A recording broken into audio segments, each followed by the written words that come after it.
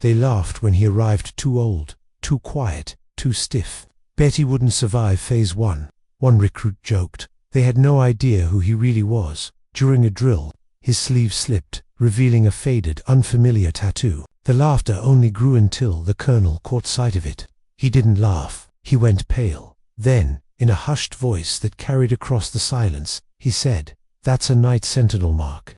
Everything stopped. From that moment on, no one dared to say another word but before we reveal the full story behind that mark. Make sure you're subscribed and drop a comment telling us where in the world you're watching from. We love seeing how far these stories reach. The morning mist clung to Wellington Barracks like a shroud, and through it came the rhythmic sound of boots on tarmac. Dawn had barely broken when the recruits were roused from their bunks, but already the training yard buzzed with the controlled chaos of military discipline. Among the sea of young faces, one stood out not for his vigor, but for his age. Arthur Hale moved with the deliberate precision of a man who had learned that every movement could mean the difference between life and death.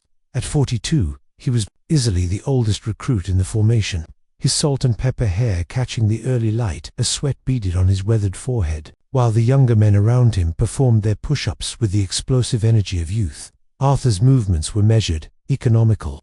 Each rep was perfect in form, but slower than the rapid-fire pace his platoon mates maintained. "Come on, Gramps recruit," Jenkins called out, his voice carrying the casual cruelty that young men often mistake for camaraderie. "You're holding up the whole platoon."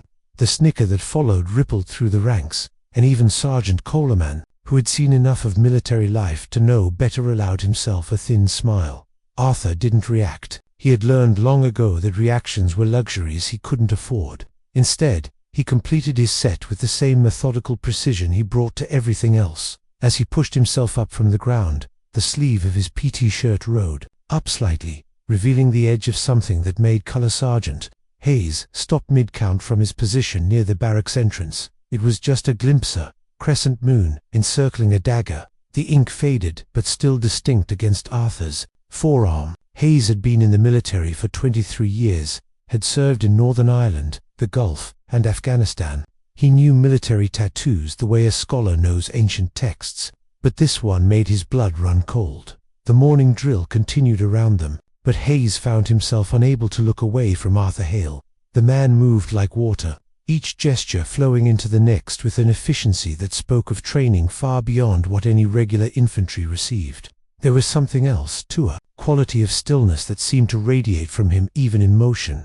It was the kind of stillness that predators possessed, the absolute calm that came from being entirely comfortable with violence. When the formation broke for chow, Hayes lingered, watching Arthur walk toward the mess hall with that same measured gait. The younger recruits clustered around each other, their voices carrying the easy banter of men who had never truly been tested.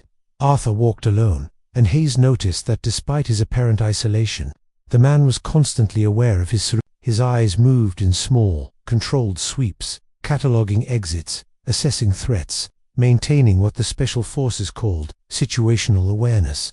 The mess hall at Wellington Barracks was a study in institutional efficiency. Long tables, fluorescent lighting, and the distinctive smell of military cooking that somehow managed to be both appetizing and completely forgettable. Arthur sat, alone at a table near the window, his posture erect but relaxed, methodically working through his breakfast with the same precision he brought to everything else. 3 tables away, recruit Murphy was holding court with his usual audience. Murphy was 22, built like a rugby player, and possessed of that particular brand of confidence that comes from having never truly failed at anything. He had been watching Arthur since the man arrived at the barracks a week ago, and the older recruit's quiet competence seemed to offend him on some fundamental level. "Look at him," Murphy said, his voice pitched just loud enough to carry, "sitting there like he's some kind of operator. Bet he bought that tattoo at some surplus store." He affected a mocking impression of Arthur's upright posture, causing his table mates to snicker. Probably got a born-to-kill tramp stamp too. The laughter that followed was sharp and mean, the kind of sound that young men make when they're trying to establish dominance through cruelty. But the sound died abruptly as Color Sergeant Hayes, who had been approaching their table with his coffee, suddenly stopped mid-stride. His cup clattered to the floor. sending hot liquid splashing across the polished linoleum. Hayes was staring at Arthur with an expression that none of the recruits had ever seen. Before a mixture of recognition, respect, and something that might have been fear, his weathered face had gone pale, and his hands were trembling slightly as he tried to process what he was seeing. "Jesus Christ," Hayes whispered, the words barely audible over the ambient noise of the mess hall. Before anyone could ask what was wrong, the double doors at the far end of the hall burst open with a sound like a gunshot. The entire room fell silent as Colonel Reeve strode in, his polished boots echoing against the floor with military precision. Reeve was a man who commanded attention simply by existing tall, lean, with the kind of bearing that spoke of decades of command responsibility. His uniform was immaculate, his silver hair perfectly groomed, and his pale blue eyes missed nothing. But as his gaze swept across the room and landed on Arthur, something extraordinary happened. The colonel, a man who had faced down terrorists in Belfast, commanded troops in Iraq, and briefed ministers in Whitehall, stopped dead in his tracks. His composure, legendary throughout the British Army, cracked for just a moment. Reeve's eyes had locked onto Arthur's forearm, where the edge of the tattoo was still visible. The crescent moon and dagger seemed to pulse with significance in the fluorescent light, and when Reeve spoke, his voice carried the weight of terrible knowledge. "That's a Night Sentinel mark," he said, the words falling into the silence like stones into still water. The name meant nothing to the recruits, but Hayes understood. The Night Sentinels were more than classified. They were a ghost story, a whispered legend among the Special Forces community. Most operators believed they were a myth, a convenient fiction created to explain operations that couldn't be explained any other way. But Hayes had been in the regiment long enough to know that some myths were built on foundations of blood and silence. Colonel Reeve moved through the mess hall like a man walking through a minefield. Each step was calculated, controlled, as if he were approaching something that might explode at any moment. The recruits watched in stunned silence as their commanding officer, a man they had never seen display anything resembling uncertainty, seemed to struggle with some internal conflict. Arthur, for his part, remained motionless. He didn't look up from his breakfast, didn't acknowledge the colonel's approach, didn't give any indication that he was aware of the drama unfolding around him. But Hayes, watching carefully, noticed the subtle changes in the man's posture. His shoulders had shifted almost imperceptibly.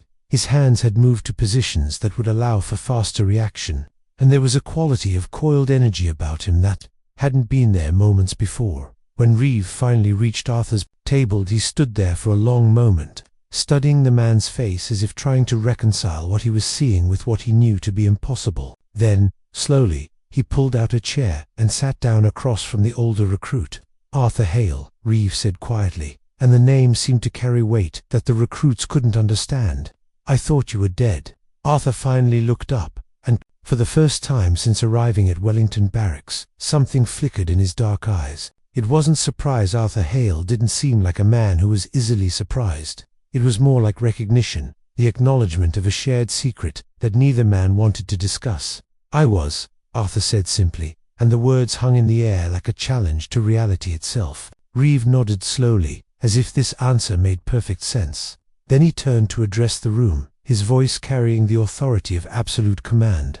"This man," he said, his words cutting through the silence like a blade, "was declared KIA for 14 months. He survived behind enemy lines with nothing but a knife and a radio.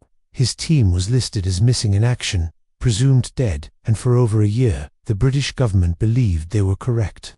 The colonel's eyes swept across the stunned faces of the recruits, lingering for a moment on Murphy and Jenkins. "And you pups," he continued, his voice dropping to a whisper that somehow carried more menace than any shout, "thought you could measure him." The silence that followed was absolute. Even the kitchen staff had stopped their work to listen, and the only sound was the distant hum of the ventilation system. Murphy looked like he might be sick, his face pale and his hands shaking slightly.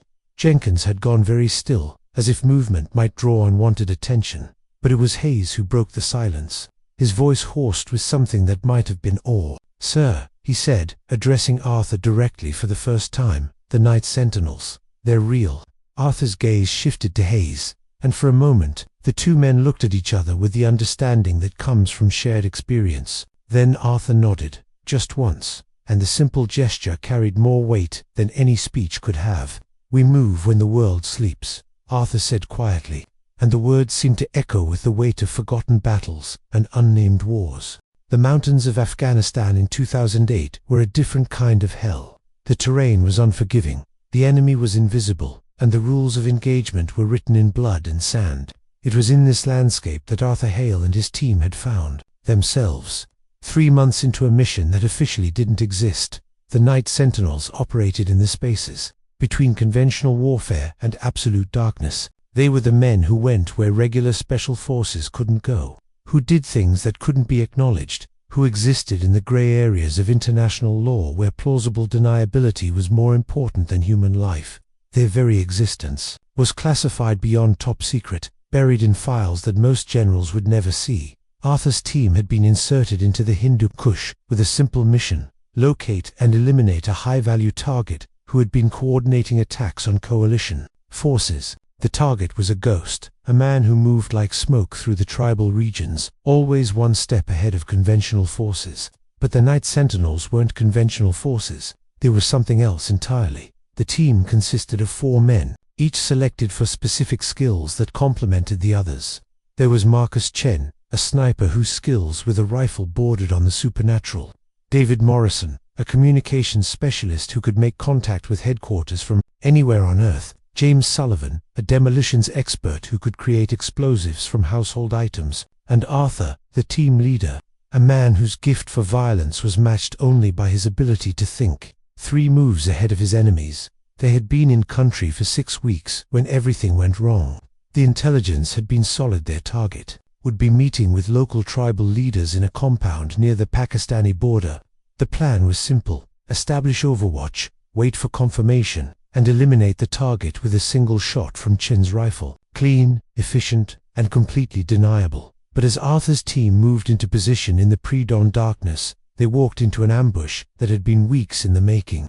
The enemy had been watching them, learning their patterns, preparing for this moment. When the first explosion lit up the night sky, Arthur knew immediately that they had been betrayed.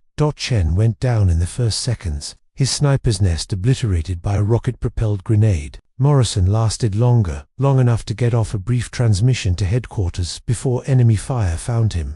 Sullivan fought like a man possessed, his demolitions expertise turning the battlefield into a nightmare of improvised explosives and controlled chaos. But in the end, the numbers were against them. Arthur watched his team die one by one, each death a small piece of his own soul torn away. But survival was a skill that had been burned into him through years of training. And even as his world collapsed around him, he was already planning his next move. When the enemy finally overran their position, Arthur Hale had vanished into the mountains like a ghost, leaving behind only the bodies of his team and a few scattered pieces of equipment. For 14 months, Arthur lived in the spaces between civilization and savagery. He moved at night, slept during the day, and survived on a combination of training, instinct, and sheer bloody-minded determination. He became something that wasn't quite human anymore, a creature of shadow and violence that haunted the tribal regions like a vengeful spirit. The transformation of Arthur Hale from soldier to something else entirely happened gradually, like the slow erosion of a mountain face. In the first weeks after his team's death, he maintained the discipline and structure that had been drilled into him during his years of service. He established a routine, maintained his equipment, and tried to make contact with friendly forces. But as the weeks turned to months, and the months stretched toward a year, Arthur began to change. He learned to move through the Afghan wilderness like a predator, reading the landscape the way other men read newspapers. He could tell the difference between the footprints of a farmer and a fighter, could identify the sound of different weapons from miles away, could sense the presence of enemy forces with an almost supernatural awareness. His body adapted to the harsh conditions, becoming lean and hard, while his mind developed the kind of focus that comes from constant proximity to death. The local population came to know him as a ghost story, a whispered legend about a shadow man who appeared in the night to take vengeance on those who had wronged him. They called him Shabimag. The night death and mothers would use his name to frighten disobedient children.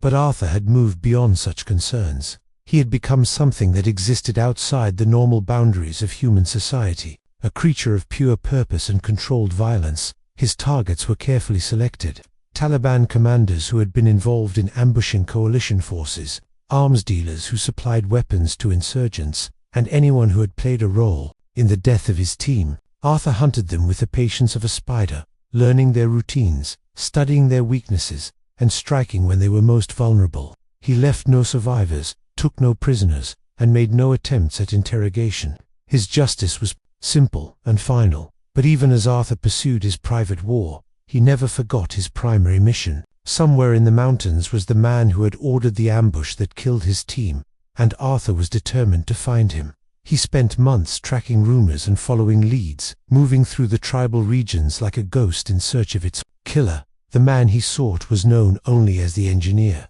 a former Soviet advisor, who had remained in Afghanistan after the Russian withdrawal and had built a network of influence that spanned the region.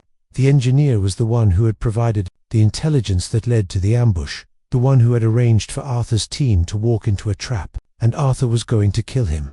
It took 8 months of hunting, but Arthur finally cornered the engineer in a remote compound near the Pakistani border. The man was older than Arthur had expected, probably in his 60s, with the kind of weathered face that spoke of decades spent in harsh conditions, but his eyes were sharp and intelligent, and when Arthur appeared in his bedroom like a spectre from hell, the engineer showed no surprise. "You're the Night Death," the engineer said in accented English, his voice carrying a note of professional respect. "I wondered when you would find me." Arthur stood in the doorway, his face painted with camouflage, his eyes reflecting the moonlight that filtered through the window. He had his knife in his hand, the same blade that had kept him alive for over a year, and the engineer could see his own death reflected in its edge. "My team," Arthur said simply, and the words contained all the rage and grief of 14 months of survival. The engineer nodded slowly. "Good soldiers," he said. "It was nothing personal, but war is war, and they were in the wrong place at the wrong time." Arthur moved forward, and the engineer's death was neither quick nor quiet. When it was over, Arthur stood in the blood-stained room and felt something inside him break. The purpose that had sustained him through 14 months of hell was gone, replaced by a hollow emptiness that seemed to echo with the voices of his dead teammates. The extraction came 3 days later, though Arthur had already been moving toward the border when the helicopter found him. The pilot was a veteran of special operations, a man who had seen enough of war to know when someone had crossed the line from soldier to something else entirely. But even he was unprepared for what he found when Arthur emerged from the tree line. The man who climbed into the helicopter bore little resemblance to the soldier who had disappeared 14 months earlier. Arthur had lost weight, his body pared down to muscle and bone, his face gaunt from months of survival rations and constant stress. His eyes had changed too, taking on the 1,000-yard stare that combat veterans knew all too well. But it was more than that. There was something predatory about him now, something that made the extraction team unconsciously shift away from him during the flight. The debriefing at Bagram Air Base took 3 weeks. Arthur sat in a series of sterile rooms, answering questions from officers who had never been closer to combat than their desks at the Pentagon. They wanted to know about his survival techniques, his encounters with enemy forces, his assessment of local tribal loyalties, but Arthur gave them nothing but the bare minimum. His responses clipped and professional. What he didn't tell them about was the man he had become during those 14 months. He didn't mention the Taliban commanders who had died in their sleep, the arms dealers who had simply vanished, or the night raids that had become legend among the local population. He certainly didn't tell them about the engineer, whose death had been officially attributed to internal tribal conflicts. The psychiatrists were more persistent. They recognized the signs of severe post-traumatic stress, the kind of psychological damage that came from extended isolation and constant danger. They wanted to help him process his experiences, to integrate his survival into a narrative that made sense within the framework of normal human experience. But Arthur had moved beyond such concerns. He had become something that existed outside the normal boundaries of civilization, and there was no path back. The recommendation was for extended psychological treatment, followed by medical discharge. From the service, Arthur would receive a pension, medical benefits, and all the support that a grateful nation could provide to a soldier who had sacrificed so much in its service. But first, he needed to heal, to find his way back to the man he had been before the mountains of Afghanistan had transformed him into something else entirely. Arthur accepted the recommendation with the same stoic silence that had characterized his entire debriefing. He understood that his career in the Special Forces was over, that the Night Sentinels would continue their work without him. But he also understood that some changes were permanent, that the man who had entered the Afghan mountains was gone as surely as his teammates were dead. The transition back to civilian life was difficult in ways that Arthur hadn't anticipated. The structured routine of military life had been replaced by the chaotic freedom of the civilian world, and Arthur found himself struggling to adapt. He tried various job security work, private military contracting, even a brief stint as a hunting guide, but nothing seemed to fit. He was a man trained for violence, trying to find his place in a world that had no use for his particular skills. It was during this period of drift that Arthur first considered rejoining the military. Not the Special Forces. That door was closed to him now, but regular service, where he could find the structure and purpose that had been missing from his civilian life. The idea seemed almost absurd. A man with his training and experience serving alongside recruits young enough to be his sons. But as the months passed, and the emptiness inside him continued to grow, the idea began to seem less like a step backward, and more like a path to redemption. The decision to re-enlist came to Arthur on a Tuesday morning in November, as he sat in his small apartment overlooking the Thames. He had been watching the news, seeing reports of British forces engaged in operations around the world, and something inside him had stirred. Not patriotism, exactly, but something deeper: recognition that he was a soldier, that violence and duty were the only things that gave his life meaning. The recruitment office in central London was staffed by a young sergeant who looked like he had never seen combat. The man's initial skepticism about Arthur's age and background quickly gave way to enthusiasm as he reviewed the redacted service record that Arthur provided. Here was a recruit with extensive military experience, someone who could help set an example for the younger soldiers. What the sergeant didn't know, what no one except a handful of senior officers would ever know, was that Arthur Hale was one of the most dangerous men ever to walk through those doors. The Night Sentinels had been disbanded after the mission that killed his team, their existence scrubbed from official records and relegated to the realm of whispered legend. Arthur was a ghost, returning to life, a spectre seeking redemption in the ranks of ordinary soldiers. The training at Wellington Barracks was almost insultingly easy for a man with Arthur's background. The physical conditioning that challenged younger recruits was barely a warm-up for someone who had survived 14 months in the Afghan mountains. The weapons training covered rifles and pistols that Arthur could field strip blindfolded. The tactical exercises were elementary compared to the operations he had conducted with the Night Sentinels, but Arthur approached it all with the same methodical precision that had kept him alive in Afghanistan. He understood that this was his chance to build a new life, to find purpose in service to something greater than himself. The mockery of younger recruits was irrelevant.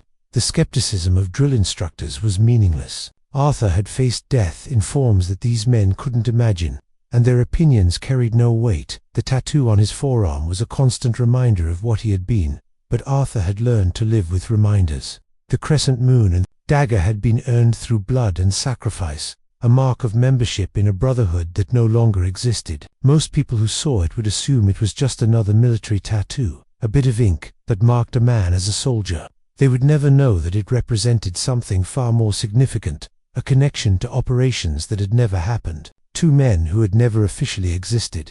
It was this willful ignorance that made the mockery of his fellow recruits so irrelevant. Murphy and Jenkins and the others saw an old man trying to recapture his youth, a pathetic figure who didn't understand that his time had passed. They couldn't see the predator that lurked beneath the surface, the man who had become something other than human in the mountains of Afghanistan. Arthur had learned patience during his months of survival. The kind of deep abiding patience that comes from understanding that survival is a long game. He could wait for respect, wait for recognition, wait for the moment when his true nature would be revealed. In the meantime, he would endure their mockery with the same stoic silence that had carried him through 14 months of hell. The night before Colonel Reeves' revelation, Arthur had stood at his window overlooking the barracks and thought about his teammates. Chen, Morrison, and Sullivan were buried in Arlington National Cemetery, their names inscribed on a black granite wall that honored the fallen. But Arthur knew that their real memorial was the work they had done, the operations they had conducted, the enemies they had eliminated. They had died as Night Sentinels, and in some ways, Arthur envied them that clean ending. The aftermath of Colonel Reeves' revelation rippled through Wellington Barracks like a stone thrown into still water. Within hours, word had spread through the unofficial channels that bind military communities together, and Arthur found himself the subject of whispered conversations and furtive glances. The recruits who had mocked him now gave him a wide berth, uncertain how to process the revelation that the old man in their midst was something far more dangerous than they had imagined. Sergeant Cole, who had allowed himself to smirk at Arthur's measured pace during morning PT, now found himself questioning everything he thought he knew about training and assessment. The man he had dismissed as a has-been trying to recapture his youth was apparently a legend, a ghost from the Special Forces community who had achieved a kind of mythical status. Cole had been a drill instructor for 8 years, and he prided himself on being able to read men, to understand their strengths and weaknesses within days of meeting them. But Arthur had been a complete blind spot, a man who had hidden his true nature so effectively that even a seasoned professional had been fooled. The change in the recruit's behavior was immediate and dramatic. Murphy, who had been the most vocal in his mockery, now avoided Arthur entirely, his earlier bravado replaced by a nervous deference that bordered on fear. Jenkins, who had called Arthur Gramps with casual cruelty, now found himself unable to meet the older man's eyes. The easy camaraderie that had characterized their training was replaced by a tension that seemed to permeate every interaction. But perhaps the most significant change was in Arthur himself. For the first time since arriving at Wellington Barracks, he seemed to relax slightly, as if the revelation of his true identity had lifted a weight from his shoulders. He still moved with the same measured precision, still maintained the same professional demeanor, but there was something different about him now, a sense of authenticity that had been missing before. Colonel Reeve had arranged for Arthur to be transferred to a different training program, one more suited to his experience and abilities. The ceremonial guard duties at Buckingham Palace were typically reserved for soldiers who had demonstrated exceptional discipline and bearing, and Arthur's background made him an ideal candidate. It was a posting that would allow him to serve with honor while drawing on the skills that had made him a legend. The training for ceremonial duties was different from the combat preparation that Arthur had been undergoing. Instead of learning to kill, he was learning to stand motionless for hours, to execute precise drill movements, to represent the best traditions of the British Army to the public. It was a kind of performance art, a carefully choreographed display of military excellence that required its own form of discipline. Arthur approached this new training with the same methodical precision that he brought to everything else. He studied the manual of arms until he could execute every movement perfectly, practiced the drill sequences until they became second nature, and learned the history and traditions of the units he would be representing. The younger soldiers who trained alongside him watched in amazement as he mastered skills that took most men months to develop. But it was during the hand-to-hand combat training that Arthur's true nature was most evident. When Sergeant Cole called for volunteers to demonstrate close-quarters combat techniques, Arthur stepped forward with the same quiet confidence that had characterized his entire service. What followed was a masterclass in violence that left the observers stunned. Arthur's movements were economical, precise, and devastatingly effective. He didn't waste energy on flashy techniques or unnecessary force. Instead, he demonstrated the kind of controlled violence that comes from years of training and real-world application. When he helped Jenkins to his feet after demonstrating a particularly effective takedown, the young recruit stared at the hand that had just effortlessly flipped him, finally understanding the true nature of the man they had mocked.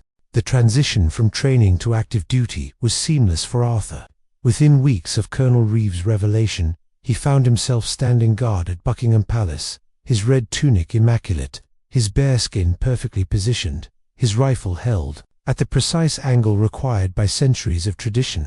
To the tourists who photographed him, he was just another guardsman, a picturesque figure in a colorful uniform. They had no idea that they were looking at a man who had hunted human beings through the mountains of Afghanistan, who had survived 14 months behind enemy lines, who had become something that existed outside the normal boundaries of civilization. The irony wasn't lost on Arthur. After years of operating in the shadows, conducting missions that couldn't be acknowledged, he now found himself in one of the most visible positions in the British military. Every day, thousands of people saw him, photographed him, and probably forgot about him within minutes. But Arthur had learned to find meaning in service. regardless of its nature. Whether he was eliminating high-value targets in Afghanistan or standing guard at a royal palace, he was serving his country, and that service gave his life purpose. The ceremonial duties also provided Arthur with something he hadn't experienced in years: peace. The rigid structure of palace guard duty, the precise requirements of drill and ceremony, the predictable routine of shifts and rotations, all of it combined to create a kind of meditation in motion. For a man who had lived for years in a state of constant alertness, the controlled environment of palace duty was almost therapeutic. But Arthur's past was never far from the surface. Late at night, when he was alone in his quarters, he would sometimes dream of the mountains of Afghanistan, of his teammates who had died in the ambush, of the men he had killed during his 14 months of survival. The dreams were vivid and disturbing, filled with images of violence and death that seemed to pulse with their own malevolent life. Arthur would wake from these dreams covered in sweat, his heart racing, his hand instinctively reaching for weapons that weren't there. It was during one of these restless nights that Arthur made a decision that would define the rest of his service. He opened his locker and pulled out a small, worn photograph, the only personal item he had brought with him from his old life. The picture showed 4 men in combat gear, their faces painted with camouflage, their eyes reflecting the green glow of night vision equipment. It was the last photo taken of Arthur's Night Sentinel team, captured just hours before the mission that would kill 3 of them and transform the 4th into something else entirely. Chen, Morrison, and Sullivan stared back at him from the photograph, their faces young and confident, full of the kind of certainty that comes from believing in your own invincibility. Arthur studied their faces for a long time, remembering their voices, their jokes, their fears, and their dreams. They had died, believing in their mission, trusting in their training, and depending on their teammates. They had been good soldiers, and they deserved to be remembered as such. Arthur placed the photograph back in his locker, but he left it where he could see it every day. It would serve as a reminder of what he had lost, but also of what he had gained. The mountains of Afghanistan had taken his team, but they had also forged him into something harder, something more resilient. He had survived when others had not, and that survival carried with it an obligation to honor their memory through his service. The other guards at Buckingham Palace gradually came to accept Arthur as one of their own. His age and experience set him apart, but his professionalism and dedication earned their respect. He was never one of the boys, never part of the casual camaraderie that characterized military life, but he was recognized as a solid, dependable soldier who could be counted on to do his job without complaint or drama. As the months passed, Arthur settled into a routine that provided him with the structure and purpose he had been seeking. His days were filled with the precise requirements of ceremonial duty, his nights with the peaceful exhaustion that comes from honest work. The nightmares still came, but they were less frequent now, and Arthur had learned to manage them with the same stoic acceptance that he brought to everything else. The tourists who photographed him during his guard duty saw only the uniform and the ceremony, but Arthur had learned to find meaning in their ignorance. He was protecting something important, not just the royal family, but the traditions and values that they represented. The pageantry and ritual might seem meaningless to some, but Arthur understood that symbols mattered, that the careful preservation of tradition was a form of service in itself. On quiet nights, when the palace was empty of tourists, and the only sounds were the distant traffic of London and the measured footsteps of his fellow guards, Arthur would sometimes think about the path that had brought him here. From the mountains of Afghanistan to the manicured gardens of Buckingham Palace seemed like an impossible journey. But Arthur had learned that life rarely followed predictable paths. He had been a night sentinel, a ghost, a survivor, and now he was a guardsman. Each role had demanded different skills, different sacrifices, but all of them had been forms of service. The photograph in his locker had become a kind of shrine, a daily reminder of the men who had died so that Arthur could live. Chen, Morrison, and Sullivan were gone, but their memory lived on in Arthur's service. Every perfect drill movement, every hour of motionless duty, every moment of professional excellence was a tribute to their sacrifice. They had died as night sentinels, but they were honored as guardsmen. The younger soldiers who served alongside Arthur gradually learned to see past his age and apparent ordinariness to the man beneath. They began to understand that his measured movements weren't the result of physical limitation, but of a discipline so profound that it had become second nature. His silence wasn't antisocial, but the quiet confidence of a man who had nothing left to prove. His professionalism wasn't mere adherence to regulations, but a form of art perfected through years of practice. When new recruits arrived at Wellington Barracks, they would sometimes make the same mistake that Murphy and Jenkins had made, seeing only an old man trying to recapture his youth, but the veterans would quietly warn them off, sharing the story of Arthur Hale in whispered conversations that took on the quality of legend.